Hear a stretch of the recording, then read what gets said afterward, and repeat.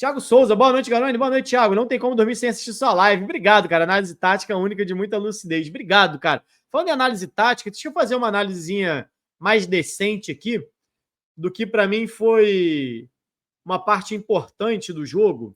E é uma grande dificuldade você marcar o Flamengo isso. E aí tá aqui o Vasco posicionado, se defendendo da maneira tradicional, no 4-4-2 tradicional. Cara, qual é a grande dificuldade de marcar o Flamengo? O Flamengo ataca. Vamos lá. Bota o goleiro aqui, o Rossi. O Wesley muito aberto pelo lado direito. Segurando, às vezes, a marcação de dois jogadores. E aí você tem Léo Pereira, Léo Ortiz. Tá? E dificilmente Verratti e Coutinho pressionam esses jogadores. Então eles jogam com liberdade. E aí quem costuma ficar um pouquinho mais pressionado aqui é o Pulgar. Então ficam 2 jogadores do Vasco contra 3 do Flamengo. Aqui, beleza. O que o Flamengo fez hoje, pelo menos? Abriu o Michael por aqui, bem aberto, e aí gerava dúvidas. Quem pegava era o Ryan, se quem pegava era o PH, mas estava aqui, né, no encaixezinho entre os dois. Bruno Henrique centralizado, segurando os 2 zagueiros do Vasco. Certo? E aí o Flamengo entrava com a Ayrton Lucas por aqui, e aí já era o cara que ia bater em cima do Ryan. E aí colocava por dentro o De La Cruz. O Gerson, ao invés de ficar aberto aqui pelo lado, ele vinha jogar por aqui, ó, por dentro. Então o Nuno perdia a referência de marcação dele. O Gerson jogava por aqui, deixa eu usar o Gerson aqui com a 7. O Gerson jogava por aqui e o Arrascaeta por aqui. Olha como o De La Cruz sobrava aqui no jogo. Se a gente reparar, o De La Cruz o tempo todo aparecia na construção do Flamengo com liberdade. E aí, quando acontecia isso aqui, ó, a Arrascaeta vinha e se movimentava para cá e o Hugo Moura acompanhava, o De La Cruz assumia essa posição aqui com liberdade. Onde já aconteceu do Pulgar, enfim. As trocas de posição do Flamengo, olha só, você vê que, como é que pode? São 10 contra 10, você consegue gerar uma superioridade numérica mesmo assim, por conta dos encaixes de marcação. E em muitos momentos, o Vasco segurava um jogador de um lado específico sem ter a quem marcar. Por isso também, em muitos momentos, tinha espaço para o Vasco, quando recuperava essa bola, fazer uma transição em velocidade. Por quê? Porque tinha um jogador sobrando do outro lado. A grande dificuldade do Vasco, em muitos momentos, para mim, é acelerar para essa bola, por exemplo, recuperada aqui, ela chegar aqui rápido. Sabe? Quando o Vasco demora muito, é o que eu falo, se você vem aqui para ir para cá, para ir para cá, o time consegue fazer recomposição e fecha o espaço. Né? Então, mas o Flamengo fazia isso aqui muito bem. Muito bem. Ficava isso aqui, ó. O Gerson, apesar de, na teoria, ser o cara que jogava pela direita, mas o corredor, o mesmo corredor que o Michael ocupava pela esquerda no Flamengo, não era ocupado pelo Gerson, era ocupado pelo Wesley.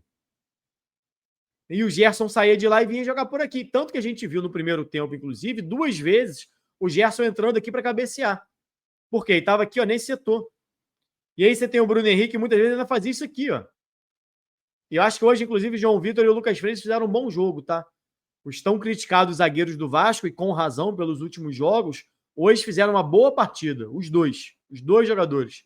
A gente vê que o Bruno Henrique teve pouquíssimo espaço para girar, em muitos momentos, os 2 jogadores vindo aqui fazer a pressão nele quando ia receber, ajudando aqui na cobertura pelos lados.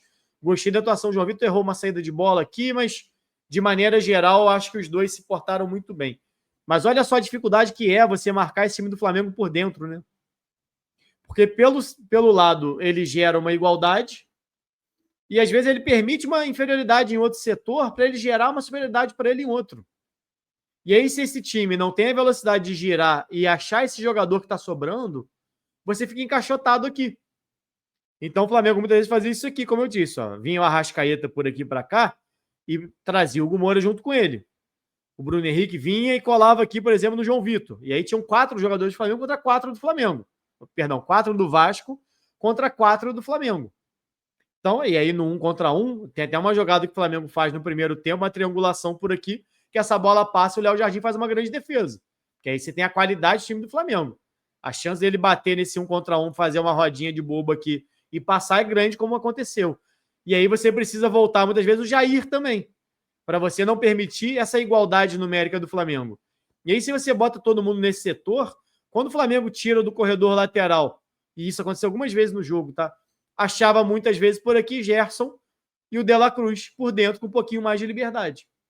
E aí tinha que sair o Nuno daqui para tentar fazer uma pressão, ou, é o que eu sempre falo, da importância de Coutinho e Verratti ajudarem também na marcação.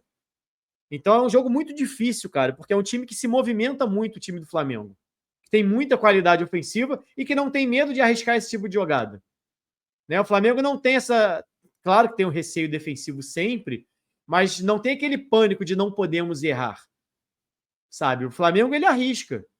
Sabe? Até porque ele sabe que ele tem qualidade técnica, porque quando entra numa trocação franca com o Flamengo, quem tem mais qualidade tende a vencer.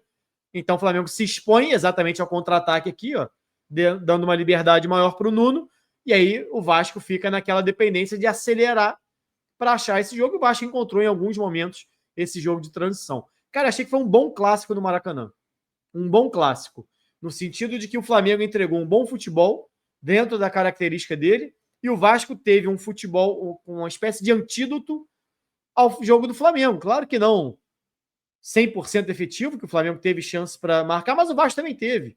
Então acho que foi um jogo, de certa maneira, aberto. E foi um bom jogo, cara. Acho que foi um bom jogo. Talvez o torcedor do Flamengo não goste tanto, eu vi alguns jornalistas criticando a atuação do Flamengo, mas é porque vem de um 6-0 sobre o Juventude e a gente sabe que o torcedor do Flamengo tem um nível de cobrança superior. Mas acho que foi um bom jogo de maneira geral. Um bom jogo do Vasco, um bom jogo do Flamengo. Se tivesse tido gols, teria sido mais justo, pelo que atuou os dois goleiros, pelo que produziu os dois times. Então, assim, cara, eu achei um bom clássico. E aí eu vou repetir aqui como audiência rotativa. Falta ao Vasco, ao meu ver, entender que isso também é uma maneira de jogar. Marcar em bloco baixo e sair em transição é uma maneira eficiente, inclusive para esse Vasco, que quando fez, funcionou muito bem contra o Sport, por exemplo. É uma forma do Vasco ser mais efetivo no Brasileiro. Não é ser retranqueiro. É você, quando tem que baixar bloco e sair em transição, você conseguir fazer. Da mesma maneira que se tiver que sair tocando, vai sair. Mas se não der para sair, você precisa encontrar alternativas de atacar. Então acho que o Vasco precisa, repetindo a frase que eu já usei no ano passado e nesse ano, ter a compreensão da sua própria limitação. Porque compreendendo a sua própria limitação, você faz as coisas dentro da sua capacidade, não fora.